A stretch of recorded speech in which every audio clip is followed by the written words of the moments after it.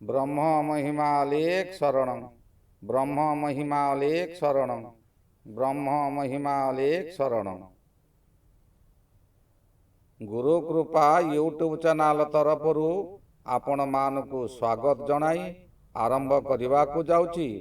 2026 मसीहा अगस्ट मासरे 12 गोटी राशिर मासिक राशिफल।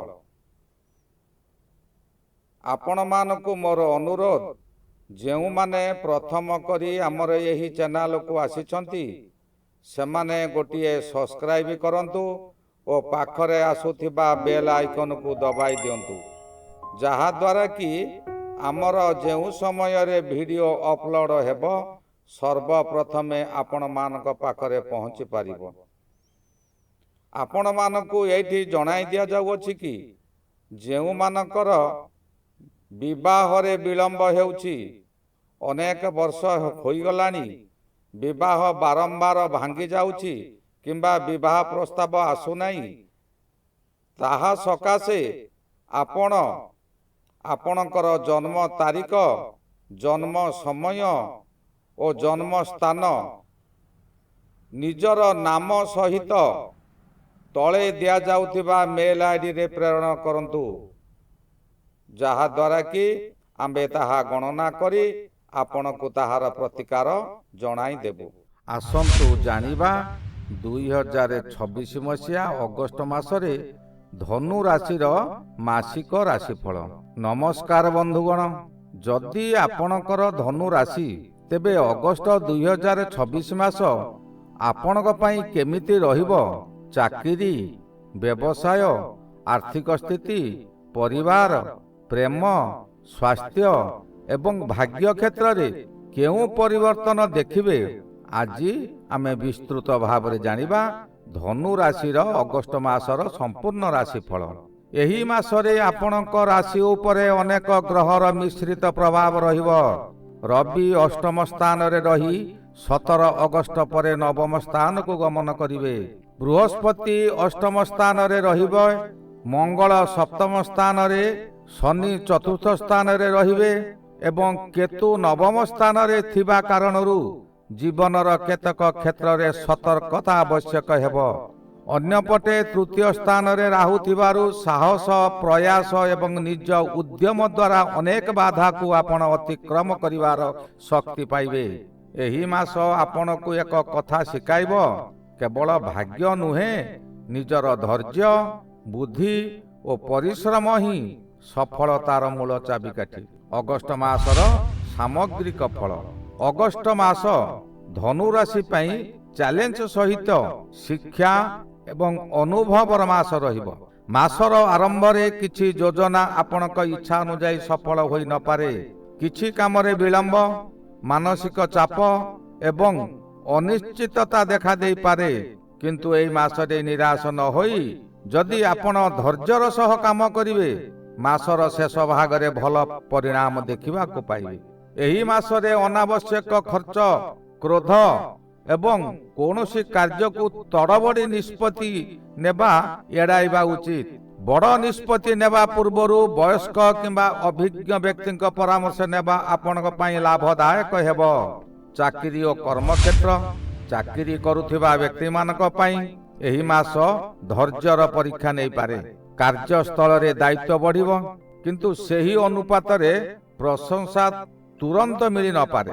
उच्च अधिकारी कथबार्ता बेले निजकु संयम रखंतु। सप्तम स्थान रे मंगल एवं बुधंक प्रभाव कारणरू सहकर्मिक सह मतभेद किंबा भूल बुझामणा होई पारे। कहार कथा को नहीं तुरंत प्रतिक्रिया देबा परिवर्ते शांत रहिबा उचित। 22 अगस्ट परे बुधंकर गति परिवर्तन जोगु किछि काम रे अग्रगति आसी पारे। जेउ माने चाकरी बदलाइबा को चाहुचंती सेमाने कोनोसी तड़बड़ी निष्पत्ति न नेई भल भावे विचार करंतु। सरकारी कर्मचारी, बेसरकारी कंपनी रे कार्यरत व्यक्ति, प्रशासनिक क्षेत्र, शिक्षा, बैंकिंग और वैषयिक क्षेत्र रे काम करुथिबा लोक माने कार्य रे निजर गुणवत्ता प्रमाण करिवार सुजोग पाइबे। परिश्रम व्यर्थ जीव नाही, जदिओ फल पाइबारे किछि समय लागि पारे। अगस्ट मासरे व्यवसाय और वृद्धि। ବ୍ୟବସାୟୀ ମାନଙ୍କ ପାଇଁ ଏହି ମାସ ସତର୍କତାର ସମୟ। ଦଶମ ସ୍ଥାନରେ ଶୁକ୍ର ଥିଲେ ମଧ୍ୟ ଅନ୍ୟ ଗ୍ରହମାନଙ୍କ ଚାପ କାରଣରୁ ବ୍ୟବସାୟରେ ଲାଭ ଆଶାଠାରୁ କମ ହୋଇପାରେ। ନୂଆ ସହଭାଗିତା, ବଡ଼ ନିବେଶ କିମ୍ବା ଋଣ ନେଇ ବ୍ୟବସାୟ ବଢ଼ାଇବା ପୂର୍ବରୁ ଦୁଇଥର ଚିନ୍ତା କରନ୍ତୁ। ପୁରୁଣା ଗ୍ରାହକଙ୍କ ସହ ଭଲ ସମ୍ପର୍କ ରଖନ୍ତୁ। ବଜାରରେ ନିଜର ବିଶ୍ୱସନୀୟତା ରକ୍ଷା କରିବା ଏହି ମାସରେ ବହୁତ ଜରୁରୀ।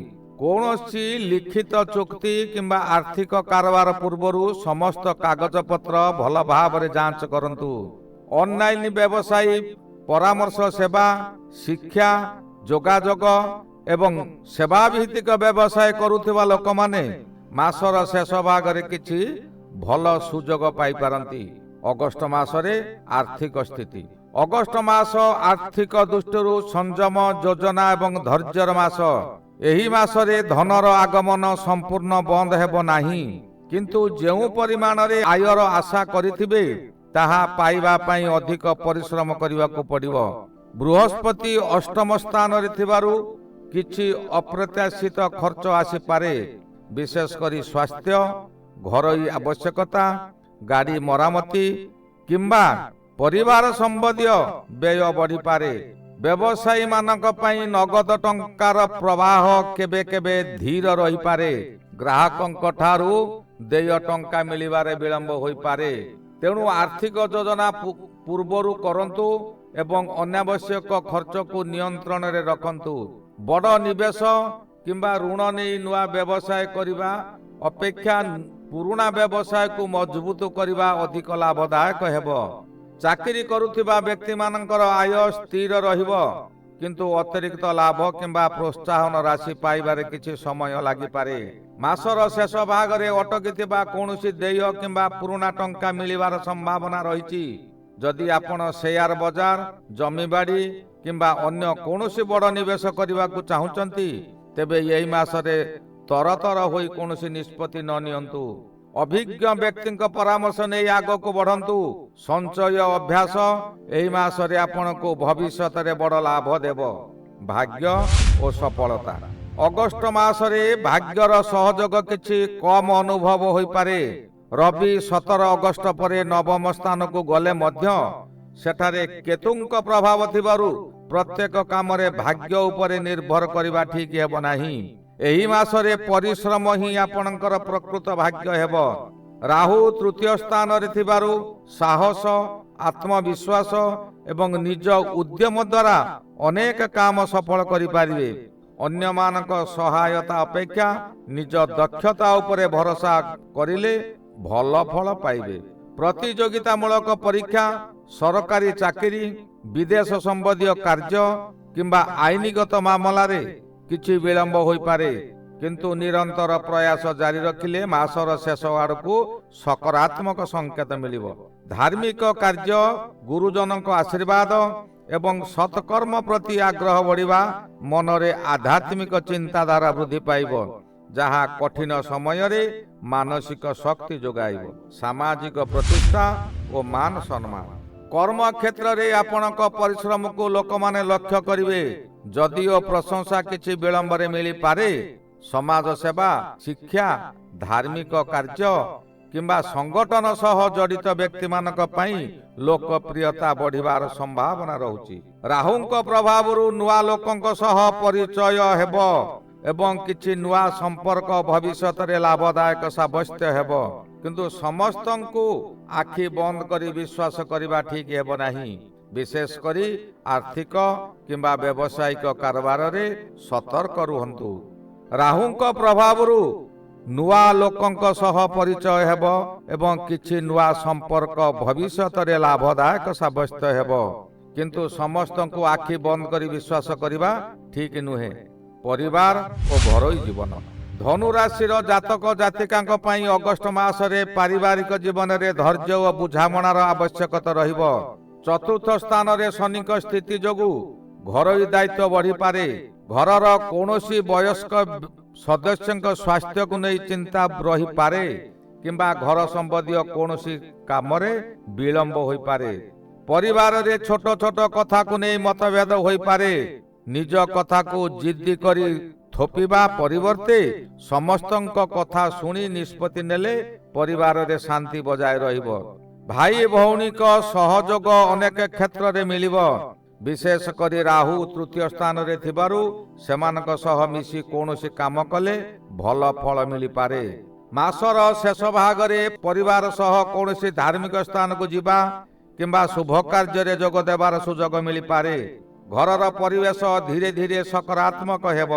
ପ୍ରେମ ଓ ବିବାହିତ ଜୀବନ। ପ୍ରେମ ସମ୍ପର୍କ ପାଇଁ ଏହି ମାସରେ ସଂଯମ ବହୁତ ଆବଶ୍ୟକ। ସପ୍ତମ ସ୍ଥାନରେ ମଙ୍ଗଳ ଥିବାରୁ କ୍ରୋଧ, ସନ୍ଦେହ କିମ୍ବା ଭୁଲ ବୁଝାମଣା ସମ୍ପର୍କରେ ଦୂରତା ସୃଷ୍ଟି କରିପାରେ। ତେଣୁ ଛୋଟ କଥାକୁ ବଡ଼ ବିବାଦରେ ପରିଣତ କରନ୍ତୁ ନାହିଁ। ବିବାହିତ ବ୍ୟକ୍ତିମାନଙ୍କୁ ଜୀବନ ସାଥୀଙ୍କ ସ୍ୱାସ୍ଥ୍ୟ ଓ ମାନସିକ ଅବସ୍ଥା ପ୍ରତି ଧ୍ୟାନ ଦେବାକୁ ପଡ଼ିବ।